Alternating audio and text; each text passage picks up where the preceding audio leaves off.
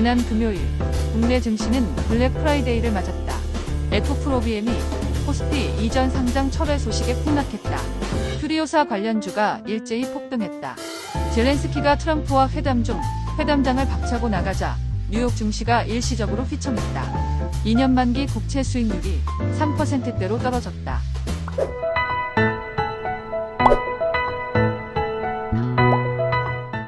(3월 3일) 월요일 대체 공휴일 주식 시황입니다.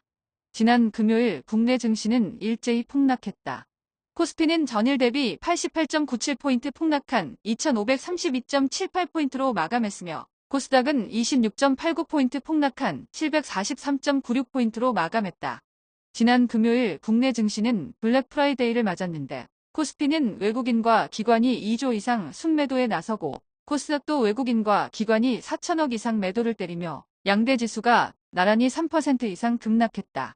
코스피는 대부분 급락한 가운데 삼성전자는 3% 넘게 급락하고 하이닉스는 4% 이상, 한미반도체는 6% 넘게 급락하고 현대차, 네이버, 고려아연도 일제히 급락한 가운데 2차전지도 일제히 급락하며 코스피 하락을 부추겼는데 삼성 SDI와 LG화학은 6% 넘게 급락하고 LG에너지솔루션은 5% 가까이 급락, 에코프로머티는 8% 가까이 급락했다.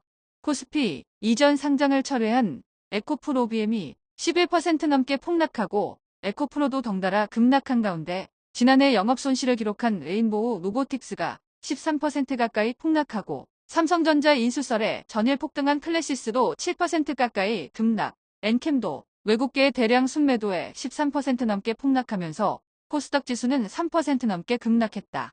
방산주도 기관 또는 외국인의 매도세에 일제히 급락했는데 하나에어로스페이스는 8% 넘게 급락하며 60만원 이하로 떨어졌고 LI진엑스원도 6% 이상, 현대로템도 5% 넘게 급락했다. 건설주도 일제히 급락했는데 최근 세종시 교량붕괴 소식에도 현대건설은 5% 가까이 급락한 반면 GS건설, 대우건설은 5%대로 현대산업개발은 6% 가까이 급락했다. 조선업은 골드만삭스와 UBS에서만 300만 주 이상 매도가 쏟아진 삼성중공업만 7% 넘게 급락하고 현대중공업은 급락 후 약보합으로 마감하고 한화오션은 소폭 상승세로 마감하는 등 시장의 하락에 비해 선방했다.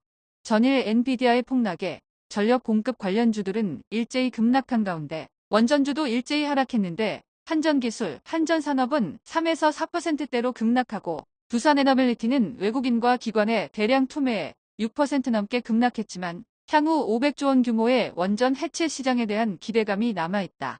아이폰 수혜주도 일제히 하락한 가운데 바닥을 찍고 반등하는 줄 알았던 LG이노텍은 검은 금요일을 맞아 3% 넘게 급락하고 LG디스플레이, BH는 4%대로 급락, 불성실공 10업인으로 지정된 이수페타시스는 8% 넘게 급락했다. 전력인프라주도 일제히 하락했는데 현대일렉트릭, LS일렉트릭이 나란히 4%대로 급락했는데 AI 대장주인 엔비디아의 급락에 전력 수요 불확실에 대한 우려감이 커지기도 하지만 대세는 막을 수 없기도 하고 우크라이나 재건 때 핵발전소는 남아있지만 변전소는 대부분 파괴된 걸로 봐서 재건 수요가 있을 전망이다.